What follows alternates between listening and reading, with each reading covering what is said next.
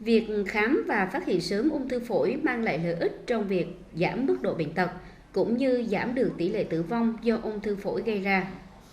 Chẩn đoán bệnh giai đoạn sớm cho thấy hiệu quả điều trị rất khác biệt. Việc chẩn đoán ung thư phổi ở những người có nguy cơ nhưng không có triệu chứng gì giúp phát hiện bệnh ở giai đoạn sớm nhằm điều trị rốt ráo, triệt để hơn. Các nhà khoa học đã phát hiện ra chỉ có dưới 10% bệnh ung thư phát sinh do các rối loạn từ bên trong cơ thể là không thay đổi được. Ngược lại, có đến hơn 80% bệnh ung thư phát sinh có liên quan đến yếu tố có thể thay đổi được, bao gồm thuốc lá. Hút thuốc lá, kể cả thụ động, là một trong những nguy cơ hàng đầu gây bệnh ung thư phổi. Nhiều nghiên cứu khảo sát bệnh nhân mắc ung thư phổi đã chỉ ra 90% người mắc có liên quan đến hút thuốc lá, 24% người mắc bắt nguồn từ hút thuốc thụ động.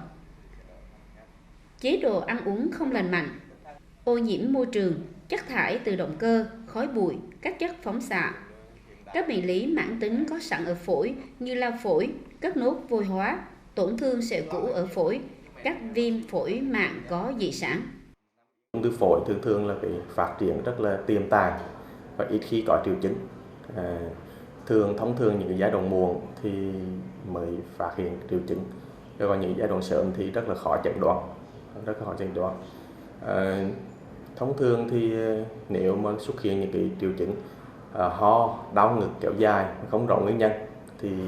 nên đi khám để phát hiện sớm các cái bệnh về phổi, trong đó có bệnh ung thư phổi. Hiện tại những người mà xếp vào những cái nhóm nguy cơ cao thì như hút thuốc lá dài ngày, rồi tiếp xúc những cái môi trường độc hại, hoặc là bệnh nghề nghiệp, hoặc là trong gia đình có cái ung thư, người mắc ung thư trước đây thì và trên 50 tuổi trở lên thì nên được dùng những cái biện pháp phát hiện sớm ung thư phổi. Thì giống như mình hiện tại có những cái phương pháp rất là khoa học rất là cao, ví dụ như là dùng các cái máy CT đa là cắt, liều xạ thấp, thì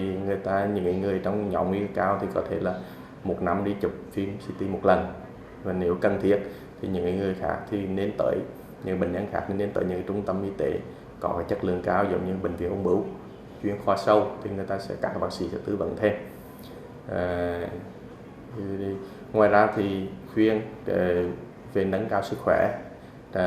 tới những nơi có môi trường trong lành, tránh xa cái khói thuốc lá, thì ngưng thuốc lá nếu đang hút, thì đó là những cách để phòng tránh ung thư phổi hiệu quả. Và nếu mà phát hiện sớm ung thư phổi thì sẽ giảm được các cái chi phí điều trị và các cái biến chứng có thể xảy ra trong các cái bệnh ung thư phổi, và có thể là trong quá trình điều trị sau này. Ung thư phổi đã và đang trở thành gánh nặng cho toàn xã hội. Mặc dù đã có rất nhiều tiến bộ trong điều trị, nhưng phần lớn bệnh nhân thường chẩn đoán trễ, do đó kết quả điều trị còn hạn chế. Đừng bỏ qua những dấu hiệu bất thường về sức khỏe, kể cả là nhỏ nhất, đặc biệt nếu xuất hiện các triệu chứng như khó thở, ho nhiều, đau tức ngực, sụt cân một cách bất thường, không có nguyên nhân. Hãy đặt lịch thăm khám nhằm phát hiện sớm ung thư phổi.